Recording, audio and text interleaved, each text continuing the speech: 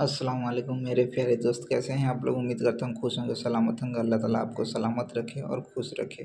हज़रत इब्राहीम सल्लल्लाहु अलैहि वसल्लम अल्लाह ताला के हुक्म से हज़रत हाजिरा और अपने बच्चे हज़रत इस्माइल सल्लल्लाहु अलैहि वसल्लम को, जो अभी अभी पैदा हुए थे, हज़रत इब्राहीम सल्लल्लाहु अलैहि वसल्लम एक ऐसी जगह छोड़ आए जहाँ दूर दूर तक आबादी ना थी और ना पानी ना कोई दरख्त था, यानी कि ना पानी था वहाँ पर, ना पेड़ पौधा था। हज़रत हाजरा ने हज़रत इस्माइल अलैहिस्सलाम को एक पत्थर के पास लेटा दिया। हज़रत हाजरा पानी की तलाश में इधर उधर दौड़ने लगे, लेकिन पानी ना उनको मिला।